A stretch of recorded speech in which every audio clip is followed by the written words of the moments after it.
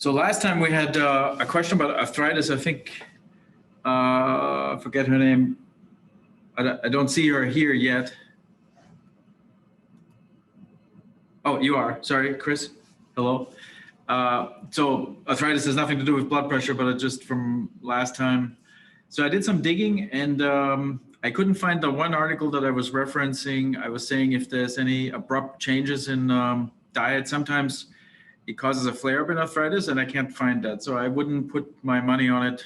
I think I read that years ago, but I went to a website called PubMed, which only has peer-reviewed publications. But I found there's a lot of articles that show that yoga is the studies that are longer, that are 3 weeks, or I mean, every study has its design. So sometimes the study is 1 week long, and so I don't think it's very likely to find any changes if you have a very short study.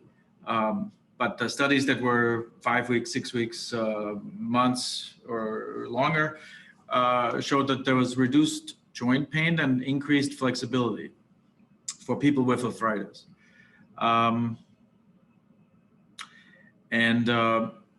They try to explain this by, so we went through there's something causing inflammation in your blood, and those things go down during yoga, during meditation, and all these things. I don't remember what these substances are, but it seems like that's the indirect way. I also, in lots of these studies, they don't specify what kind of yoga they're doing, but I'm pretty sure it's slow moving. If you have joint pain, the faster variants of yoga, power yoga, and things like that are not probably not helpful. That's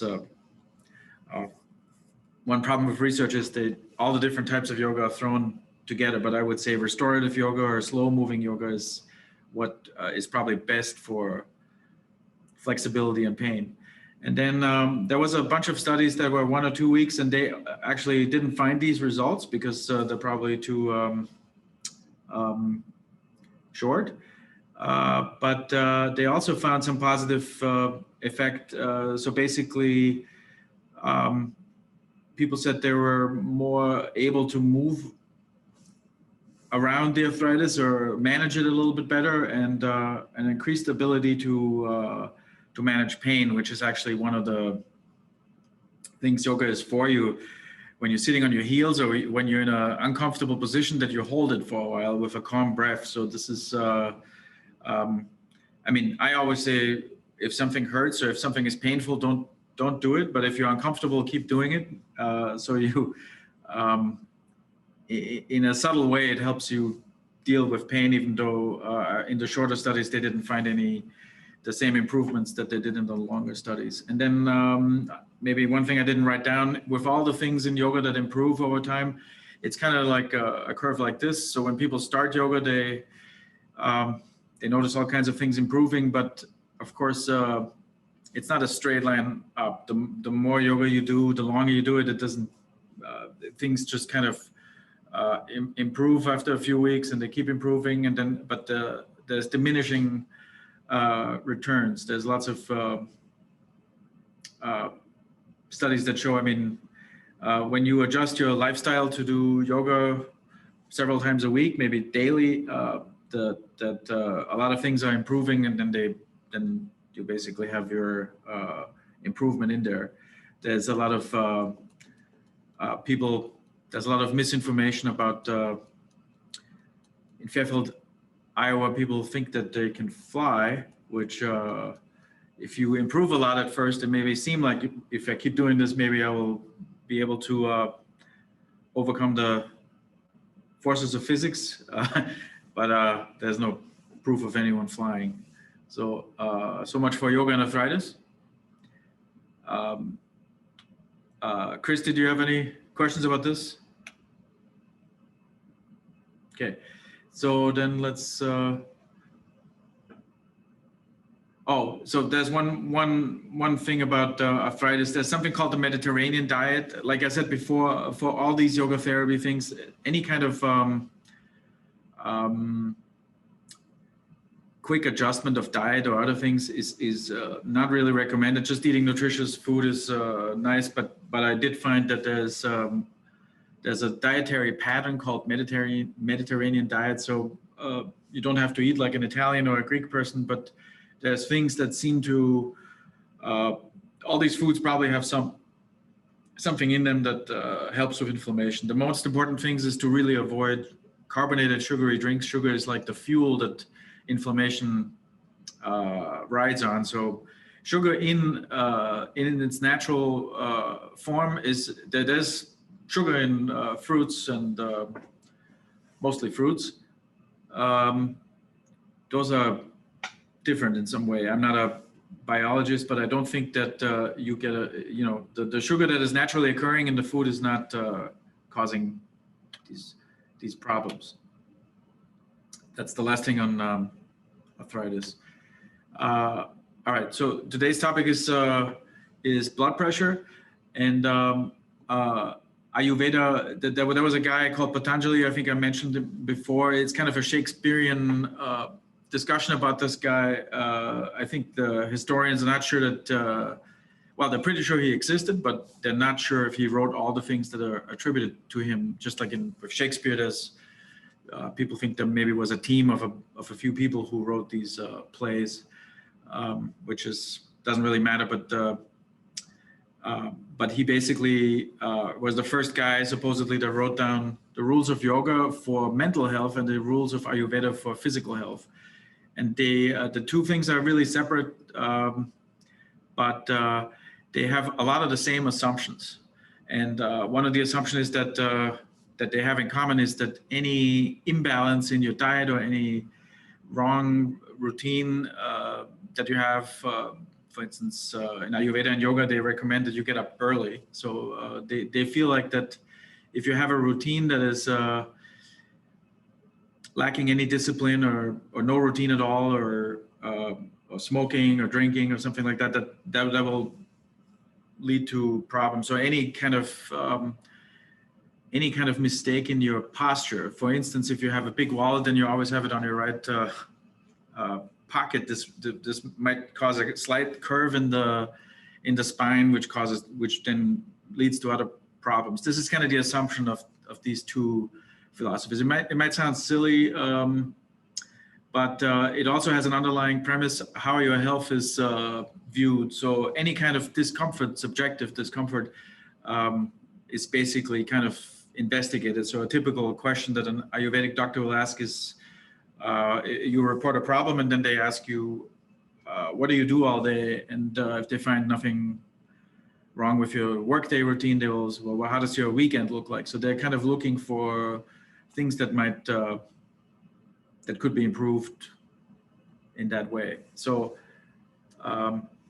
in Western countries, blood pressure is the only problem with blood pressure is high blood pressure. In Ayurveda and Yoga, low blood pressure is also considered a problem because people who experience low blood pressure experience certain symptoms that are not comfortable and not you're out of your normal blood pressure range, and therefore you experience some problems. So in Ayurveda, in all holistic health views, any imbalance is basically a source for a future problem or a problem itself. In Western countries, we found through lots of research that the bigger problem is really high blood pressure. So high blood pressure leads to serious problems like stroke and heart attacks, and low blood pressure doesn't. So we in most Western countries, we feel that low blood pressure is not worth treating because it's not really associated with any big problems. The other thing is that high blood pressure, our diet is lots of fried food, lots of salt, lots of foods that we don't even expect to have salt in them because they keep the ketchup or whatever from going bad. So there's even sweet foods sometimes have a little bit of salt just because their shelf life improves. Soups that you buy packaged have more salt than if you made it at home, because you don't even have to add any salt. You can add pepper or other things. Um, so because it's more common to have high blood pressure in Western countries, and because it's more serious, it's considered a problem, whereas low blood pressure is not. The only exception is the German-speaking countries. There's something, what is it called? Is it homeopathy? There's a holistic system that is from the Middle Ages or older than Western medicine. That so in Germany and Austria, the government health insurance pays for treatments for low blood pressure but that's not in France and Italy and the Western world, Canada, etc. Low blood pressure is not considered something that you need to worry about because it doesn't cause a bunch of stuff. But I think it's homeopathy where this is considered a problem. So there's holistic Western health systems. So lower blood pressure is hypotension, not hypertension, and the hypotension actually has several symptoms that are not comfortable. So slight fatigue, you feel kind of weak, you get kind of pale, irregular, slow heartbeats, shortness of breath, because your system is basically under pressurized. The oxygenated blood is flowing more slowly. Dizziness, lightheadedness, chest pain. Your extremities are cold, and sometimes headaches. So these are all things associated with when you have low blood pressure. Causes of low blood pressure is that there's just not enough blood in your system. So either because you have blood loss. So for instance, women during menstruation have blood loss. So that could be a reason. Anemia, that's a dysfunction in the production of the red blood cells. So there might be enough blood, but there's fewer. The red blood cells are the ones that carry the oxygen, so there's not enough of them. So all these symptoms could be due to that problem. Then dehydration and diarrhea. Dehydration should be the diarrhea is just one way to get dehydrated. But if you don't drink enough, that could be partially due to incontinence. People who are incontinent don't drink enough because they don't want to go to the bathroom 20 times a day. So it's very important, even if it's subconscious, that you drink your 2 liters of liquids every day. It's better to go to the bathroom 20 times than to be dehydrated if you have hypotension. And then I think low iron also messes with your ability to produce red blood cells. So I think there's some nutritional things you can do if that's the cause of the anemia. So you could do some nutritional things. I forget what, but I think spinach, for instance, is high in iron. So that could be something easy to do to deal with this low blood pressure problem. So in India, these are directly from my notes in India. They had some nutritional guidelines for people with low blood pressure. So I'm repeating the spinach, but there's other stuff here: chickpeas, spinach, green beans, beetroot, pomegranate, and avoid salt, however necessary.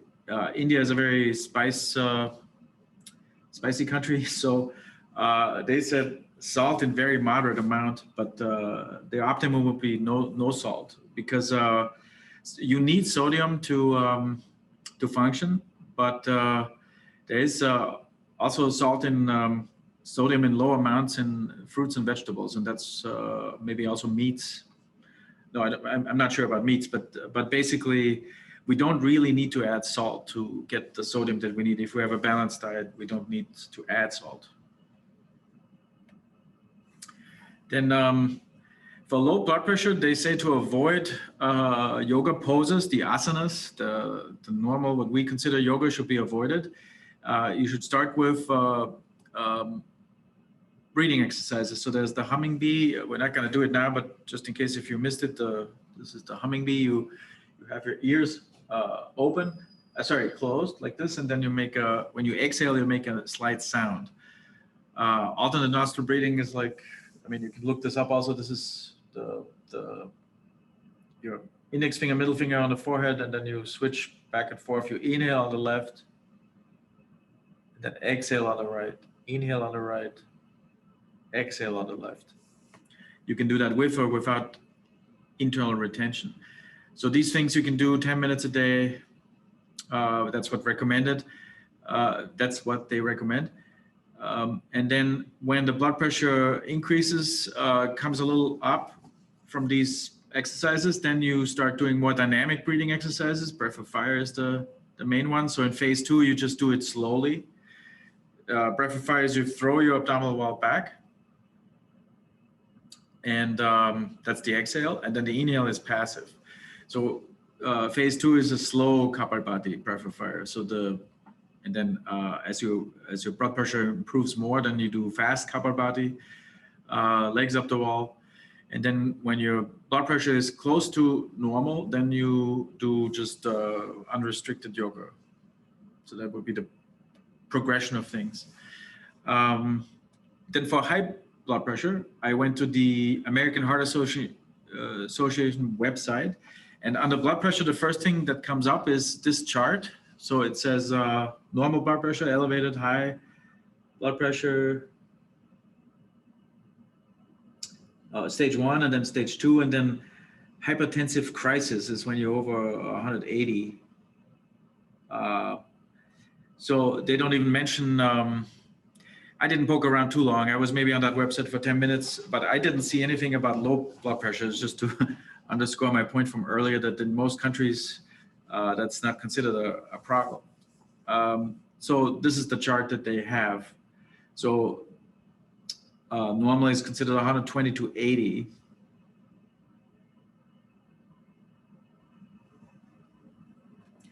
So I don't know what would be considered low blood pressure, but I think if you're under 100 for the systolic, you're definitely low.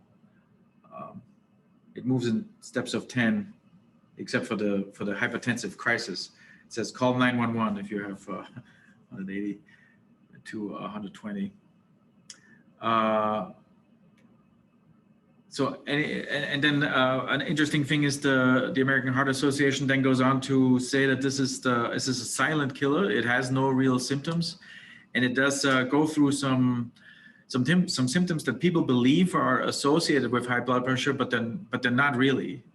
They're very bad indicators. Meaning, lots of people who don't have high blood pressure also have them, and many people who have high blood pressure have none of them. So they're really. It doesn't mean that nobody has these symptoms that has high blood pressure, but it's just they say it's partially kills so many people because people don't notice it. And nosebleeds, bloodshot eyes, headaches, dizziness are all very bad indicators. So some people who have high blood pressure have these, but like I said before, there's lots of people have high blood pressure, have none of these symptoms, and many people who have these symptoms but they are caused by something that has nothing to do with blood pressure. So a little bit of high blood pressure is actually completely normal and no reason to be treated. And this is just because the blood vessels become a little more stiff. So as people get older, mild blood pressure. This is also from my notes from India. Is considered normal. And under most circumstances, high blood pressure is caused by deposits in the blood vessels, so fat, cholesterol, adrenaline. There's some lifestyle choices that are bad for blood pressure. Smoking. If you have a very stressful life, or if you're just worried about many things that maybe you can't control, that causes stress, which also causes blood pressure to go up if it's constant. So if you If you're worried about the election, for instance, that is coming up in 2 weeks, having a few stressful weeks before the election, I wouldn't say is constant, because then after the election, you hopefully can relax. But stress that is constant is a cause for high blood pressure. Then nutrition, again, salt and anything fried is really not good for your heart, for high blood pressure, causing high blood pressure.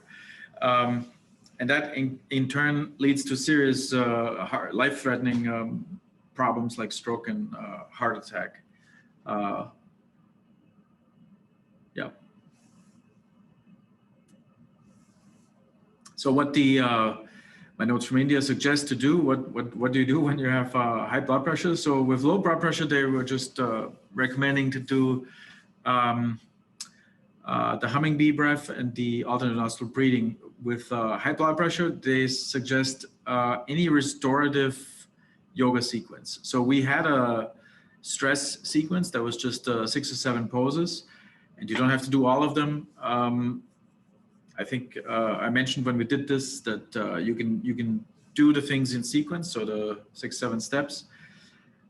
In addition to that, any kind of chest opening is good for high blood pressure, according to this. And these poses should be held for a long time. So long time means as long as you can comfortably is the wrong word, but as long as you can hold them without too much strain. So your effort should be a B. So with Warrior 2, you stand like this with your arms, and you look over one hand. So as long as you can keep your arms up. Another thing in Warrior 2 is when you get tired, you can just swing your arms out and come back up. Then we have easy cobra pose. I think you can look this up on the internet, but basically your arms are like this. You are flat on the floor, you're on your belly, and then you move your elbows closer. So as long as you don't have pain in the lower back, you move your elbows under the shoulders, and then you're in easy cobra. There's no problem with keeping the elbows a little forward if your lower back doesn't like this pose. So, and then what you do is you lift the chest, you extend up, you rotate you kind of puff the chest out. So the chest is opening in easy cobra and in cobra. The only difference is in cobra, I don't highly recommend cobra. Cobra is more of a chest opening, but there's more danger for the lower back. So if you do cobra pose for a few minutes, you should really squeeze your buttock to protect the lower back. If you go to my yoga class, you probably heard this a few times. But then you basically, the difference between easy cobra and cobra is you just lift the elbows and you come all the way up. So there's more pressure on the lumbar, on the lower back. So we gotta be careful not to open the chest at the expense of the lower back. Then half camel and camel is, well, I'm gonna try to do it on a chair so I don't have to move the camera. Well, I guess I have to. I'm doing this on the chair, but you would normally do this on the floor. So I don't know if you can see this. No, I'm reaching for my heel. My heel is, one knee is on the floor and I'm reaching for the heel. The other knee is up here. So one knee is down, one knee is up, and then you reach up. And you push your hips forward, you open the chest like this.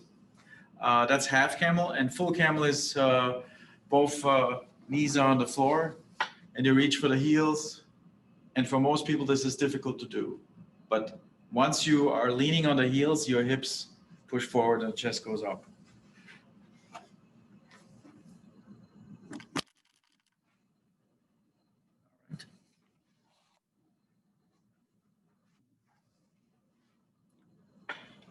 So these are the chest opening poses. But any restorative sequence is fine. No, when you have high blood pressure, no fast yoga, no Kapalbhati, no. Yeah, I have that here in the last slide. So let's do the slide in sequence.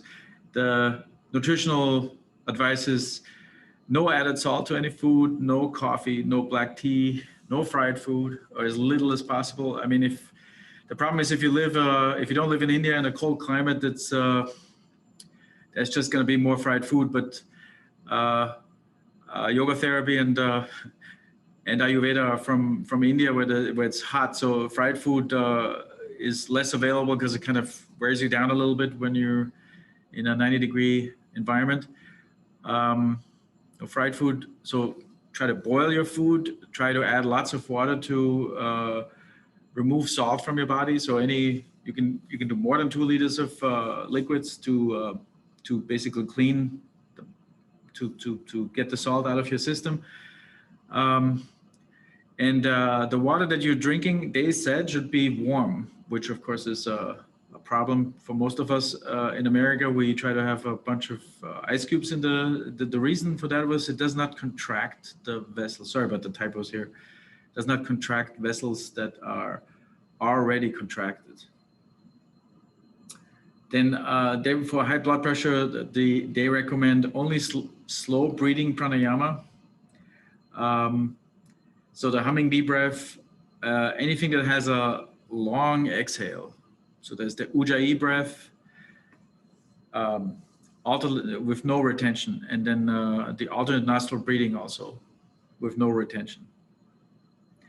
It's recommended to take long walks, to clean your nose. This is called jal neti. And then the last point is concentration and meditation to get your blood pressure down. And I think for today, that's it. If you have questions, you can push the spacebar on your computer. If you don't have a computer, I don't know how to do it, but you can unmute yourself in any way that you know if you want to ask a question about this. Today, my daughter, I have to drive her to the dentist, so I do have to leave in about 10 minutes. But if you have a question that I can't answer or that takes longer, we can do the same thing we did this time and start with the whatever I can't answer next time.